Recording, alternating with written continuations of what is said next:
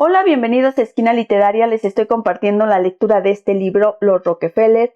Es una biografía, espero que les esté gustando. Déjenme sus comentarios, suscríbanse al canal, síganme en mis redes sociales y vuélvanse mecenas en mi Patreon, donde podemos comentar este y otros temas ampliamente. Estamos leyendo la primera parte de este libro, que es El Padre, y vamos a continuar. Frank logró ser enviado al frente, donde fue herido 2 veces. De regreso a Cleveland, su próspero hermano pagó $25 por 2 enormes mapas sobre los que seguía con sumo interés los acontecimientos bélicos. Más tarde explicaría: yo quería entrar en el ejército y colaborar, pero no podía pensar en ello porque no había nadie que me sustituyese. Nuestro negocio estaba en mantillas y si no hubiera estado al frente de él, se habrían interrumpido las operaciones y había tantas personas dependientes. En lugar de vestir el uniforme, entregó dinero para la causa de la Unión y comentó a sus socios que su aportación había sido superior al gasto, que representaban 10 soldados. Siendo mayor, diría: mandé más de 20 hombres, sí, casi 30, duplicando, triplicando el número de soldados con que había contribuido en la lucha contra los rebeldes. Fuera de Clark and Rockefeller, su única actividad era la iglesia baptista de Eric Street. El ser nombrado diácono a la edad de 19 años, más que por manifestación de fervor religioso, fue por haberse convertido en un importante recurso para la iglesia. En cierta ocasión en que había de hacer frente al pago de una hipoteca de $2,000, consiguió la suma postulando entre los feligreses después de la misa. En la catequesis de los domingos aprovechaba para predicar su evangelio personal y hablar de la buena nueva del Nuevo Testamento, diciendo a los niños: sed moderados, sed muy moderados, no dejéis que el amiguismo os domine. Un acontecimiento que impresionó a los hombres de negocios de Cleveland casi tanto como el estallido de la guerra fue 2 años después, la perforación del primer pozo petrolífero llevada a cabo por Edwin Drake. Titusville, en Pensilvania, estaba situada junto a un ancho río llamado Oil Creek. Debido a la capa negra en su superficie, hacía años que la gente sabía que los ríos locales arrastraban petróleo, y aunque los primeros colonos lo creían nocivo, los indios lo apreciaban como medicina.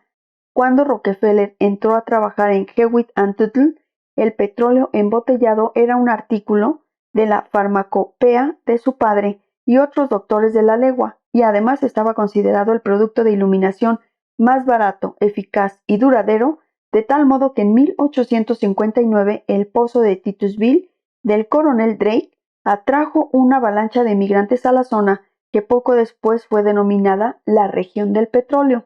De la noche a la mañana, conforme se perforaban pozos, los reducidos asentamientos de la cuenca fueron convirtiéndose en bulliciosas ciudades. Fue una invasión como la desencadenada por John Sutter en California 10 años antes. Aventureros, empresarios y todo el mundillo que gira en torno al despilfarro. Los precios subieron en Barrena. En un caso memorable, un terreno adquirido por $25,000 se vendió 3 meses más tarde por $1,500,000.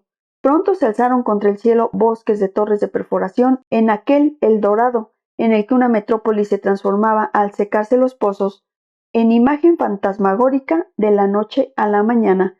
Era un paisaje dominado por el petróleo. Los fuegos de los pozos exploratorios ardían día y noche. El humo brotaba de las máquinas que bombeaban el precioso líquido. El petróleo se mezclaba con el barro, formando un fango pegajoso que se adhería a las patas de los caballos y a las ruedas de los carros, haciendo casi intransitables los caminos. Manejando a latigazos las caballerías, los arrieros eran los amos de la región, llevaban el petróleo desde los pozos hasta las refinerías de Pittsburgh y Nueva York, y posteriormente a las que comenzaron a surgir en Cleveland, algunas a poca distancia de la próspera firma Clark and Rockefeller.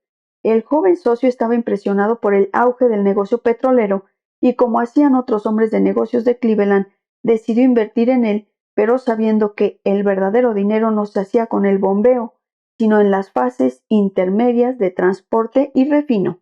No ignoraba tampoco que los métodos de transporte seguían siendo muy rudimentarios y que el proceso de refino dejaba aún mucho que desear.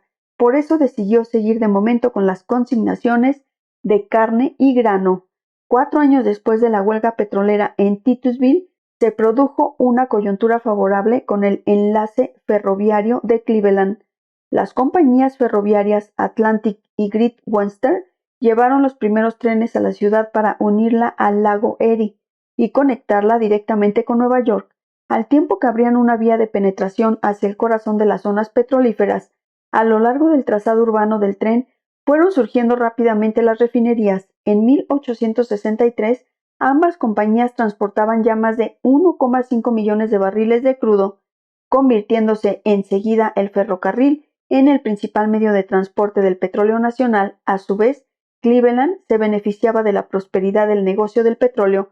Un cronista local la definía como una urbe sazonada y saturada de petróleo. El río y el lago estaban sucios, los vagones de petróleo cruzaban retumbando la ciudad, los incendios de petróleo mantenían en alerta continua a los bomberos y atemorizaban a los habitantes del valle. Fue también en 1863 cuando Samuel Andrews, conocido de Maurice Clark, presentó a los socios una propuesta para introducirse en el negocio del refino. Rockefeller conocía ya a Andrews por haber coincidido con él en la iglesia batista de Erie Street, pero el joven John Dee, con sus 23 años, se mantenía escéptico. Había ahorrado ya lo bastante para arriesgar $4,000 en una inversión especulativa en la nueva firma Andrews, Clark & Company, pero dejó bien sentado que para él la aventura del petróleo era secundaria al negocio del grano, que no había cesado en los últimos años de ser un campo de actividad comercial, sino espectacular, cuando menos fiable. Con sus flamantes platillas marrón rojizo y sus trajes amplios negros, brillantes muchas veces por el uso, había llegado para Rockefeller ese momento de la vida en el que el nivel de prosperidad de que gozaba le permitía pensar en fundar una familia. En marzo de 1864 se prometía a Laura Spelman, una atractiva joven de Cleveland de inmejorables orígenes políticos y religiosos, a la que había conocido en el colegio. Su padre, Harvey Bull Spelman, era un próspero comerciante que había ocupado un cargo oficial en la legislatura de Ohio. Había trabajado de maquinista en el metro y en aquel momento se hallaba activamente vinculado al movimiento antialcohólico.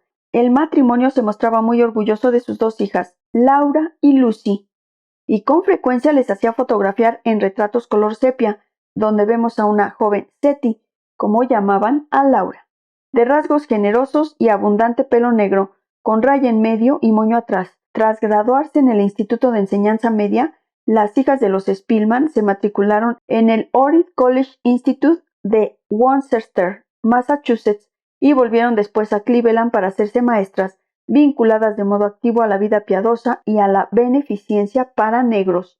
Lucy, la hermana de John, daba esta descripción un tanto ambivalente de Seti. Era muy alegre y animada, aunque siempre amable e inclinada a la seriedad y a la reserva. En cualquier caso, John respetaba enormemente sus méritos, y más tarde comentaría: siempre mostraba mejor juicio que yo para todo. Sin sus consejos sería pobre. Por su devoción era la compañera ideal para John.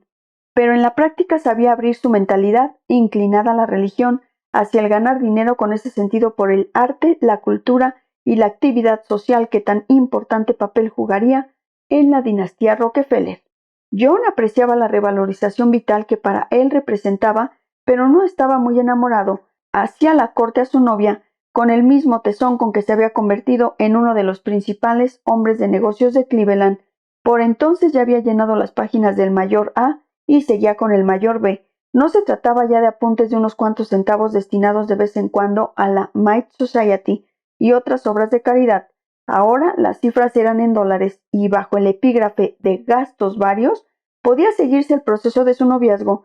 50 centavos semanales gastados durante varias semanas en ramos para cortejar a su prometida, $1,75 del alquiler de un coche para pasear con su pareja un fin de semana, acompañada por la carabina por el río rocoso. El anillo de boda le costó $15,75.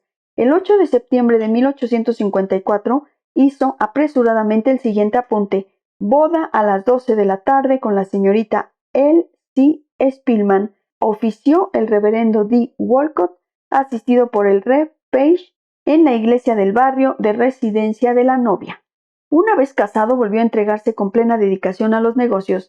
En 1864 habían surgido en Cleveland docenas de refinerías y el número de estas aumentaba todos los meses. Al principio, Rockefeller pensaba con preocupación que no pasaría de ser una moda efímera, y no dejaba de mover con disgusto la cabeza al ver aquellos rudimentarios barriles que derramaban el pegajoso crudo por el suelo de su almacén, pero enseguida comprendería que el petróleo era un negocio duradero y comenzó a prestar atención a las comisiones del negocio del refino, pasando cada vez más tiempo en la sede de la firma Andrews, Clark & Co., una propiedad de 3 acres en las afueras de la ciudad.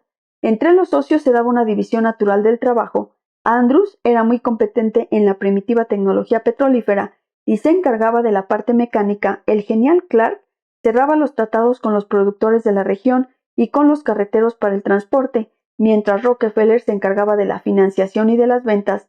Los procedimientos mercantiles de la nueva industria eran primitivos y poco eficaces. Rockefeller, que siempre detectaba el mínimo derroche, se hallaba en su elemento y no perdía oportunidad de superarse. En vez de seguir dependiendo de los turbulentos carreteros para las entregas de crudo, Andrews, Clark & Company organizaron enseguida su propia flota de carros. En lugar de comprar barriles de insegura calidad, Rockefeller adquirió partidas de roble blanco resistentes y montó su propia tonelería. Los barriles de color azul brillante que lanzó no tardarían en convertirse en símbolo execrable de la omnipresente Standard Oil.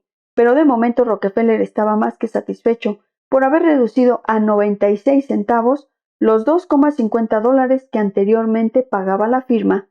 El entrenamiento y disciplina a que Rockefeller había sometido su vida comenzaba a rendir dividendos y enseguida adquirió fama de ser uno de los comerciantes más hábiles de Cleveland, una ciudad en la que no faltaban linces en los negocios.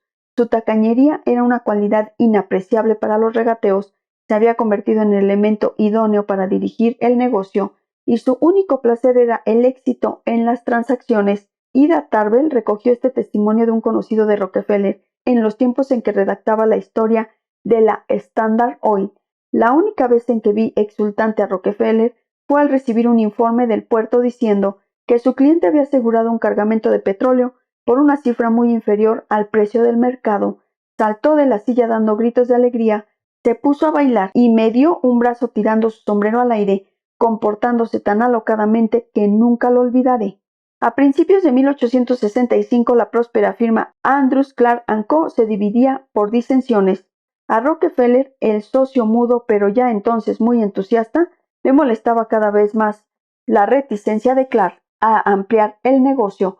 Por entonces tenía un pasivo de $100,000, pero Rockefeller quería incrementar la operación para aprovechar el auge del mercado. Por falta de acuerdo se produjo una situación sin salida y decidieron vender el negocio al mejor postor.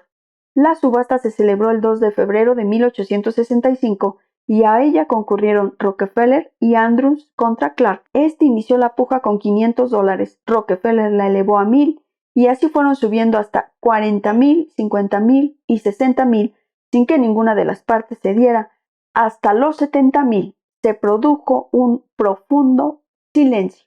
Espero que les esté gustando la lectura de este libro, Los Rockefeller. Los espero en el próximo video para continuar con esta lectura. Muchas gracias por escucharme.